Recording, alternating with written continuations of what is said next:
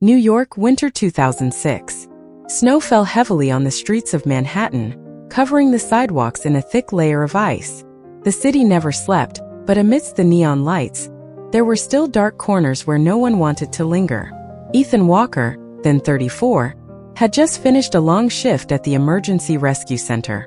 He wasn't a cop, nor a firefighter, but his job often placed him in situations far more dangerous than necessary. Tonight he just wanted to go home, drink a cold beer and sleep through the night. But as he turned onto a narrow street near 45th, he heard a desperate scream. Instinctively, Ethan stopped his car and scanned the area. At the end of the alley, a young woman was being pinned against the wall by a man, one hand covering her mouth, the other yanking at her purse. Without hesitation, Ethan opened his car door and strode towards them. "Let her go." His voice was low, firm. The man turned, sizing Ethan up. A worn leather jacket, faded jeans, boots. He didn't look like a cop. But there was something in Ethan's gaze that made him hesitate. "Get lost. This ain't your business." Ethan didn't respond. He simply stepped closer. The man barely had time to pull a knife from his pocket before Ethan struck. One punch to the jaw sent him staggering. The second to his ribs dropped him to his knees. The woman gasped, trembling. Ethan turned to her and offered his hand. "Are you okay?" She nodded, her wide eyes glistening in the dark. She looked younger than he had expected, perhaps 23 or 24. A small cut on her lip, but nothing too serious. "Thank you. Thank you," she stammered, still shaken. "Don't mention it," Ethan cut in. "Just live well." Without waiting for a response, he turned away and walked back to his car. A minor scuffle, nothing compared to what he'd faced before. But he didn't know that the woman would remember this night forever, and that, years later, fate would bring them together again in a way neither could have foreseen. Her name was Natalie Carter. At the time, she was 23, an intern at a small newspaper, dreaming of becoming an investigative journalist. She wasn't sure how she had ended up in that dark alley. Maybe too much alcohol at a colleague's farewell party. Maybe an ill-advised urge to explore a part of New York she'd never dared to before. But if it hadn't been for Ethan, she might have faced a nightmare. The next morning, waking up in her small Brooklyn apartment, Natalie still remembered his face. The calm intensity of his eyes, the quiet strength in his stance, and the way he had disappeared before she could even say another word. She had tried to find him, called the police stations, asked around at rescue centers, but no one knew an Ethan Walker. Eventually, she told herself that some people appear in our lives only to do something good before vanishing. And so, Natalie moved on. 10 years later, 2016. Natalie was now 33, a well-respected investigative journalist. Her exposés on corruption, organized crime, and the hidden corners of society had won her awards. But in return, she led a life full of stress. She was married to Richard Holloway, a prominent doctor, 5 years older than her. On the surface, they were the perfect couple, a sharp journalist and a successful physician. But in reality, their marriage was a series of disappointments and unspoken truths. Richard was a good man, but he carried a secret he had never admitted to anyone. He suffered from sexual dysfunction. It made him insecure, irritable, and increasingly distant from his wife. As for Natalie, she tried to maintain the marriage, but deep inside, there was always an emptiness that could never be filled. At the same time, elsewhere, Ethan Walker, now 44, was a security consultant for a tech corporation in Chicago. He had spent years in emergency rescue, but after a near-fatal accident on a mission, he left the high-risk job behind. He was married to Julia, a talented lawyer, but as Julia's career soared, she became more and more distant. She didn't cheat on Ethan, but over time she stopped seeing him. Ethan became a husband only remembered when needed, a shadow in his own home. And like Natalie, he carried an emptiness inside him that no one could fill. Chicago, fall 2018. A sudden storm hit the city, turning Chicago's busy streets into a chaotic mess. Rain lashed against skyscrapers, neon lights reflecting on the wet pavement. Ethan walked quickly through the lobby of the Grand Bellevue Hotel, where a cybersecurity conference was being held. He never liked these events. Too many suits, too many fake conversations. But work required his attendance. Just as he was about to leave, he heard a familiar voice at the bar. I still can't believe that case got buried. We had solid evidence. Ethan froze. That voice. He turned and for a moment his heart stopped. Sitting at the bar was Natalie Carter. 12 years. 12 years since that winter night in New York. She had changed. Her hair was longer, her features sharper, carrying the confidence of a woman who had fought battles. But her eyes were the same, steadfast yet weary, as if constantly at war with the world. Ethan walked over. Sounds like you've crossed paths with some powerful people. Natalie turned, her eyes widening in shock. For a second she couldn't speak. Then a slow smile spread across her lips. This might sound crazy, but have we met before? Ethan smirked. New York. A dark alley. A mugger. Natalie inhaled sharply. The memory came rushing back like a slow-motion film. Oh my God, it's you. She put down her drink, staring at him in disbelief. You disappeared that night. I tried to find you. Ethan shrugged. I just did what was right. No need to be remembered. Natalie let out a small laugh, but deep inside, she felt something stir. A strange sense of rediscovery. What are you doing here? Attending the conference. Then we should have a drink to celebrate, shouldn't we? Ethan hesitated for a second. Then he nodded. What harm was there in having a drink with an old acquaintance? The two glasses glowed amber under the hotel bar's warm lights.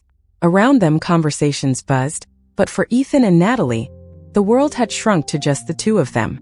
They talked about the past decade, their jobs, the changes in their lives. But neither mentioned their marriages. Not because they were hiding something, but because some instinct told them this wasn't the time for such truths. Yet, without speaking of it, they both sensed the loneliness in the other. Natalie noticed Ethan's quiet demeanor, the way he carried himself like a man who had spent his life on the edges of others' stories. He laughed more than he had that night in New York, but there was something in his smile that made her want to ask, "Are you really okay?" Ethan saw the way Natalie subtly adjusted her wedding ring as she spoke. A small unconscious gesture he knew too well. Happy spouses didn't do that. The distance between them grew smaller. Not in an obvious way, but in a slow, natural, dangerous way. They finished their first drink. Then a second. By the time the third was nearly gone, Natalie asked softly, "Do you believe in fate, Ethan?" He chuckled. "I don't believe in destiny, but I believe in choices. We're here because we chose to be." Natalie was silent for a moment. Then she nodded. A cold wind blew through the window, making her shiver. Ethan noticed. "Let me take you home." Natalie hesitated, but then she nodded. They stepped out of the hotel, and the night wind tousled Natalie's hair. Ethan paused, took off his coat, and draped it over her shoulders. Natalie looked up at him. Her gaze lingered longer than necessary, and that was the most dangerous moment, because they both knew, if they stayed a little longer, there would be no turning back. The night wind was cold, but not as cold as the silence between them. Ethan drove slowly through the streets of Chicago, the streetlights reflecting off the windshield, creating scattered streaks of light. Natalie sat in the passenger seat, her hands unconsciously clutching his coat as if searching for warmth. She should get out as soon as they reached her home.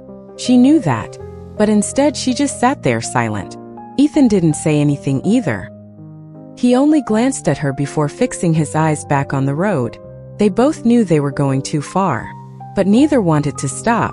When the car finally stopped in front of Natalie's apartment, she didn't open the door immediately. "Do you want to come up for a cup of coffee?" Her voice was soft, but each word was clear. Ethan gripped the steering wheel tighter. He knew this was a dangerous question, a question that wasn't just about coffee. He could say no. He should say no. But instead he looked at her. Her eyes reflected anticipation, hesitation, and a deep, aching loneliness. Ethan took a deep breath. Yeah. Inside Natalie's apartment. Her apartment was neat but lacked the warmth of a home. Everything was in place, but it was too perfect, too cold. "Richard's on a business trip," she said, as if explaining. Ethan didn't ask, but he understood. An unhappy marriage. A woman lonely in her own home. She poured coffee, but neither of them touched it. The air in the room was thick, almost tangible. Natalie stepped closer to him. "Do you ever regret anything, Ethan?" He looked at her for a long time before answering. "Only the things I didn't do." Natalie let out a small, sad smile. Then don't let tonight be one of them. Her words were like a match thrown into a barrel of gunpowder. Ethan didn't hold back anymore. He pulled her into his arms, and when their lips met, all boundaries dissolved. The apartment was bathed in the soft glow of the bedside lamp, casting light on Natalie's skin as she leaned into Ethan. Her breath was unsteady, her trembling hands tracing the contours of his face, as if trying to etch this moment into memory. Ethan held her tightly, his hands burning against her skin, strong, yet heartbreakingly gentle. When their lips found each other again, a quiet moan escaped from the depths of Natalie's throat, sweet yet restrained, as if she had been waiting for this for far too long. No more distance, no more rules, only two bodies craving each other in the cold Chicago night. Ethan lifted her effortlessly, muscles tensing beneath his shirt. Natalie wrapped her arms around his neck, letting him carry her toward the large sofa. As her back met the plush cushions, a gasp left her lips, her wide eyes locking onto his, not just with desire but with absolute trust. Ethan leaned down, pressing kisses along the delicate curve of her collarbone, light yet demanding. Every place he touched sent shivers through her. She arched her back, fingers digging into his shoulders, pulling him closer. The rustling of fabric, the mingling of breaths, the racing of two hearts. Don't stop. Natalie's voice was a husky whisper. Ethan looked at her, his eyes darkened with an uncontainable hunger. I won't. And he kept his word. That entire night, they clung to each other like lost souls who had finally found their way home. They belonged to this moment, even though tomorrow reality would shatter everything they had just created. Morning in Chicago. The sky was gray. Natalie opened her eyes to pale light filtering through the curtains, illuminating a room now messy from a night of passion. She felt the warmth of Ethan's body beside her, his slow, steady breathing. Then reality crashed in like a tidal wave. What had she done? She had betrayed her husband. A shiver ran down Natalie's spine, not from the cold, but from the fear and guilt that now clawed at her chest. She turned slightly, studying Ethan. He was still asleep, his face more peaceful than she had ever seen. The strong lines of his jaw, the lips that had kissed every inch of her body last night, now they terrified her. She should leave. But just as she started to sit up, a firm hand pulled her back. Planning to run? Ethan's voice was low, still thick with sleep. Natalie bit her lip. Ethan, this was a mistake. Ethan was silent for a few seconds. His gaze sharpened as if measuring her emotions. Was it? She couldn't answer right away, because if she lied, he would see right through her. But if she told the truth, she couldn't tell the truth. She took a deep breath, pulling the sheets up to cover herself. We both have families, Ethan. We shouldn't. Ethan sat up, leaning against the headboard. Are you happy, Natalie? The question struck her like a dagger. She shook her head. That's not the point. He leaned closer, tilting her chin up so she had no choice but to meet his gaze. If that's not the point, then what is? She had no answer. All she knew was that part of her wanted to erase last night, but another part wanted to live in it forever. Under the shower, hot water cascaded over her body, but she still felt cold. She had thought that if she stood under the water long enough, if she let the steam fog up the mirror, she could wash away the guilt weighing on her chest. But she couldn't. Images of last night kept playing in her mind. The way Ethan touched her, the way he said her name, the way their bodies fit together as if they had been waiting for this moment their whole lives. She braced her hands against the wall, taking deep breaths, but her heart still pounded. I have to stop. This has to end here. The bathroom door creaked open, and Ethan's deep voice cut through the steam. Are you okay? She closed her eyes, unable to turn around. Yeah. But she wasn't okay. She was unraveling. Ethan stepped inside, the steam swirling around him, making him look like a dream she couldn't wake up from. I don't regret it, he said firmly. Natalie clenched her fists. Ethan. He moved closer, his hands sliding around her waist, pulling her back against his chest. The feel of his skin against hers made her shudder. You don't regret it either. She bit her lip, turning away, but Ethan gently turned her face back toward him. Don't lie to me, Natalie. Her breath hitched. She wanted to push him away, but her body betrayed her. She still wanted him. Ethan's lips brushed against her shoulder. If you really want to stop, I won't push. But if you don't. He didn't finish the sentence. He didn't have to, because Natalie had already wrapped her arms around his neck, pulling him into a deep kiss. This time they weren't rushed like last night. This time they took their time, savoring every second. Like the world outside no longer existed. Like they belonged to each other. Even though they knew beyond that door, reality was waiting to tear them apart. Natalie stepped into her apartment. The lights were on. Richard was home. Her pulse spiked. Richard sat on the couch, his voice calm but oddly distant. You're home late. Natalie forced a smile. Yeah, had a late client meeting. Richard stood up, walked closer. Where's your tie? Her blood turned to ice. The silk tie. The blue silk tie she had hastily taken off when she was with Ethan. Natalie blinked, trying to stay calm. Oh, I lost it. Richard was silent for a few seconds. Then he smirked. But it wasn't the smile of a man who believed her. Is that so? Just two simple words, yet they sent a chill down her spine. Richard wasn't the jealous type. He wasn't controlling. But there was one thing she knew for sure. He was very good at reading people. Natalie opened the fridge, grabbed a bottle of water, deliberately turning her back to him to avoid his gaze. Have you eaten yet? Richard didn't answer. The air in the kitchen grew heavy, almost suffocating. Then finally he stepped closer, standing right behind her. Is there something you want to tell me, Natalie? His voice wasn't raised, wasn't harsh, but she could feel the underlying danger. Her grip on the water bottle tightened, her heart pounding wildly. Did he already know? Natalie turned around, forcing a smile. But she knew Richard was seeing right through her. That's a strange question. She let out a laugh, but it sounded hollow. I'm just tired. Richard didn't look away. A long silence stretched between them, suffocating as if the room itself had been drained of air. Then suddenly a soft clink. His wedding ring tapped against the cold marble countertop. Natalie felt her heart plummet. I know everything. Just 4 simple words, but they rang out like a death sentence. She opened her mouth to say something, but Richard raised a hand to stop her. He didn't want to hear the lies. Don't deny it, Natalie. I've seen the way you've changed. The way you touch me less. The way you look away when I try to talk to you. And, he paused, then slowly placed something on the counter, the blue silk tie. Natalie froze. She thought she had left it at Ethan's place. But no, it had found its way back here, an undeniable piece of evidence.